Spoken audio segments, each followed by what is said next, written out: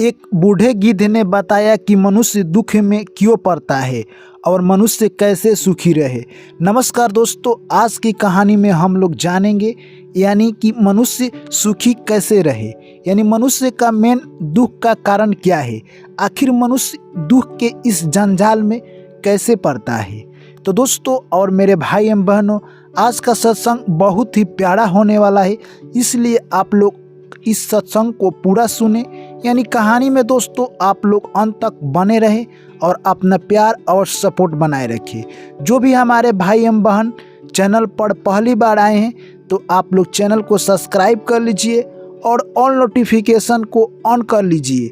चलिए दोस्तों कहानी को शुरू करते हैं। एक प्यारा सा जंगल था, उस जंगल में दो कौवा रहते थे, यानी मानो तो उनके बीच कहे तो यानी पुरानी दुश्मनी थी। जब भी वो कहीं जाते दोनों एक ही साथ जाते, क्योंकि एक कौवा को लगता था कि वो मेरा बैरी है, वो क्या कर रहा है मेरे पीठ पीछे, क्या षड्यंत्र रच रहा है, वो देखने के लिए वो भी उसके पीछे जाता था।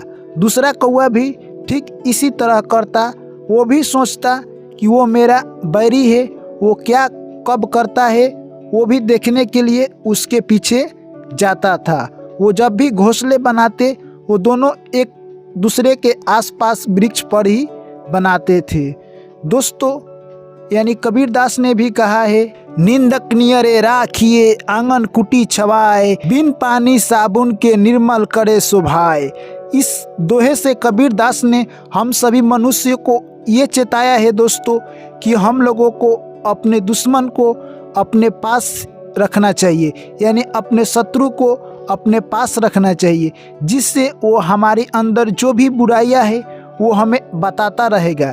यानी कहने का अर्थ इसका यही है मेरे दोस्त कि अपने शत्रु पर शत्रु की तरह नज़र रखें, यानी कब वो क्या कर रहा है इसका आप पूरा सूचना रखें।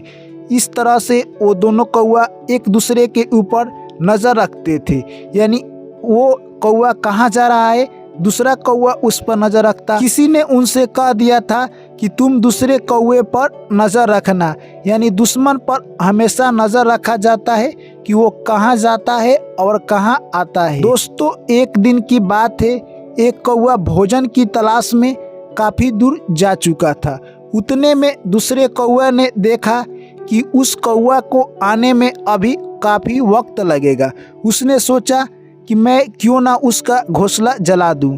वहीं पास ही में एक भट्टी जल रही थी, उसी में से पहला कौवा गया और जलती हुई लकड़ी लाकर यानी दूसरे कौवे की घोंसले पर रख दिया। यह सब यानी दूसरा कौवा ने देख लिया और जैसे ही रखा यानी उसके घोंसले में आग पकड़ लिया। जब दूसरा कौवा देखा तो वो सोचने लगा कि मैं आग बुझाऊं या इस कौवे के पीछे जाऊं, यानी वो कौवा निर्णय लिया कि मैं आग नहीं बुझाऊंगा, मैं इस कौवे से सबसे पहले निपटता हूं, और वो कौवे के पीछे चल दिया। पहला कौवा भागता गया और दूसरा कौवा उसका पीछे करता गया। कहे तो दोस्तों भागते और पीछा करते करते वो काफ़ी दूर जा चुके थे। इतने में इधर आग यानी दूसरे कौवे के पैर पर लगा था, उसका घोंसला जल गया और आग इतना तेज़ी से बढ़ रहा था कि आग पूरी तरह उस गाछ को अपने लपेट में ले लिया। कुछ देर में आग इतना तेज़ी से बढ़ा कि पास के जो भी गाछ थे उनको भी अपने लपेट में ले लिया।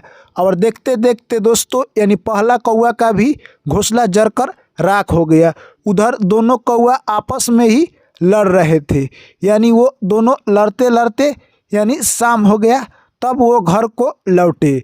जैसे ही वो दोनों घर को लौटे आकर देख रहे हैं यहाँ पर किसी का घोंसला नहीं है। दूसरा कौवा सोचने लगा, अगर मैं उस वक्त यानी पहले कौवों को मारने के लिए मैं नहीं जाता, अगर मैंने आग बुझाने की प्रयास की होती तो शायद मेरा घोंसला रहता। मैंने खुद ही गलती की है, अगर मैं उस वक्त आग बुझाया होता तो मेरा घोंसला अभी तक रहता और ये परिणाम मेरे सामने नहीं आता।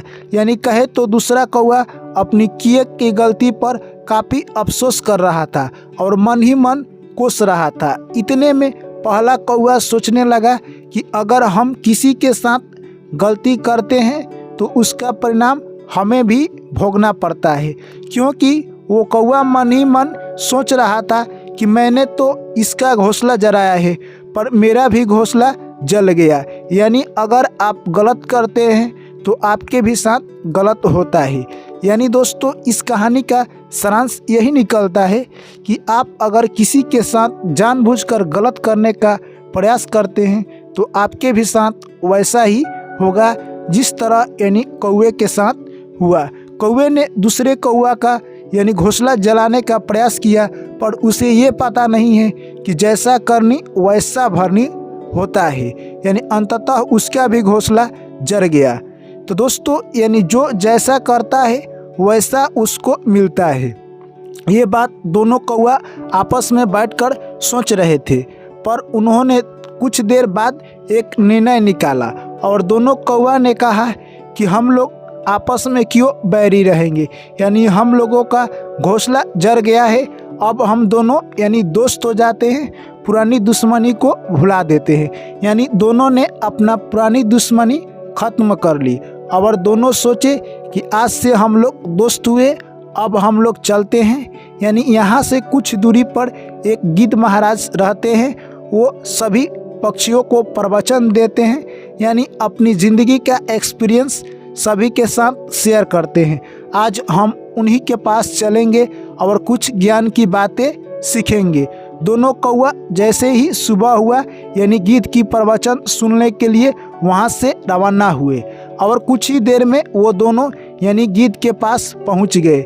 जैसे ही वहां पहुंचे तो देखे कि पहले से ही बहुत सारे पक्षी आकर यानी गिद्ध के पास बैठे थे। कुछ ही देर में यानी बूढ़े गिद्ध ने अपना कहानी शुरू किया और गिद्ध ने बताने लगा कि इस दुनिया में कभी भी किसी के साथ गलत नहीं करना चाहिए। पहला कौवा गिद्ध से पूछता है कि हे गिद्ध महाराज, आखिर हम लोग दो कौवे हैं और इस जंगल में रहते हैं और हम दोनों एक दूसरे के काफ़ी दुश्मन थे। यानी हमारे पास जो घोंसला था और इनके पास जो घोंसला था वो दोनों जलकर राख हो गया।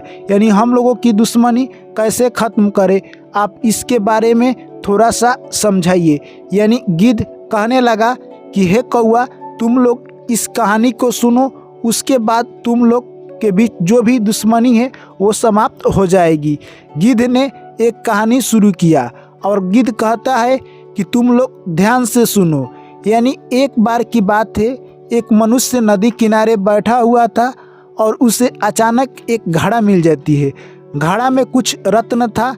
वो व्यक्ति क्या करता, उसमें से रत्न निकालता, यानी रत्न में कुछ सिक्के टाइप के थे, वो निकालता और एक एक कर कर वो नदी में फेंकते जाता। घड़े में जितने सिक्के थे सभी को वो धीरे धीरे फेंक दिया, क्योंकि वो समझ रहा था ये जो रत्न है ये हमारे काम की नहीं है। इतने में यह सब गिद्ध देख रहा था। इतने में वो बूढ़ा गिद्ध वहाँ पर पहुँचता है और बोलता है, हे मनुष्य, जो तुम ये सिक्के फेंक रहे हो, क्या तुम इसके बारे में जानते हो? ये कितना अमूल्य है, इसका मूल्य क्या है, तुम्हें पता है? इतने में वो आदमी रुक जाता है, हे गिद्ध महाराज, हमें इसके बारे में कुछ नहीं मालूम है। तो इतने में गिद्ध कहता है, ये सिक्का काफ़ी महत्वपूर्ण है, इसके 1 से 2 लाख रुपये एक सिक्का का मिल सकते हैं। इतने में वो आदमी चौकन्ने हो जाता है और अंतिम सिक्का फेंकने ही वाला था कि वो रुक जाता है और काफ़ी दुखी हो जाता है। इतने में गिद्ध बोलता है कि तुम इतना दुखी क्यों हो? इतने में वो आदमी बोलने लगता है कि मैं दुखी इसलिए हूँ क्योंकि मैंने इससे पहले इतने सारे सिक्के को इस नदी में फेंक दिया, यानी कहे तो अमूल्य रत्न को मैंने नदी में फेंक दिया। इतने में बूढ़े गिद्ध कहता है कि तुमने इससे पहले जो भी सिक्के फेंके थे वो क्या तुम्हें पता था कि वो कितने अमूल्य थे? नहीं पता था तुम्हें इससे पहले, इसीलिए तुम उस सिक्के को फेंक दिए। अगर तुम्हें पता होता तो तुमने ये गलती नहीं की होगी।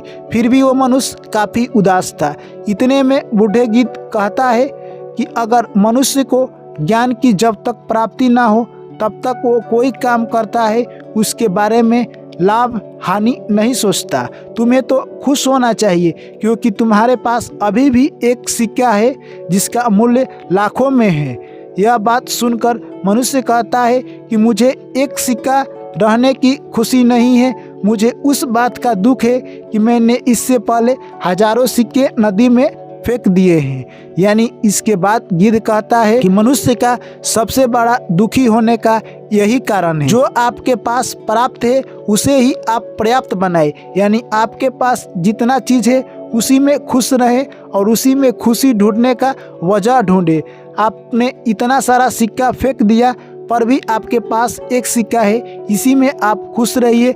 आप इसी को बेचकर बहुत सारा पैसा कमा सकते हैं। यानी मनुष्य का सुख रहने का मेन एक ही कारण है कि जो उसके पास यानी पर्याप्त है उसे ही पर्याप्त बनाए। और मनुष्य ने गिद्ध को प्रणाम किया और कहा कि हे गिद्ध महाराज, आपने मेरी आंखें खोल दी।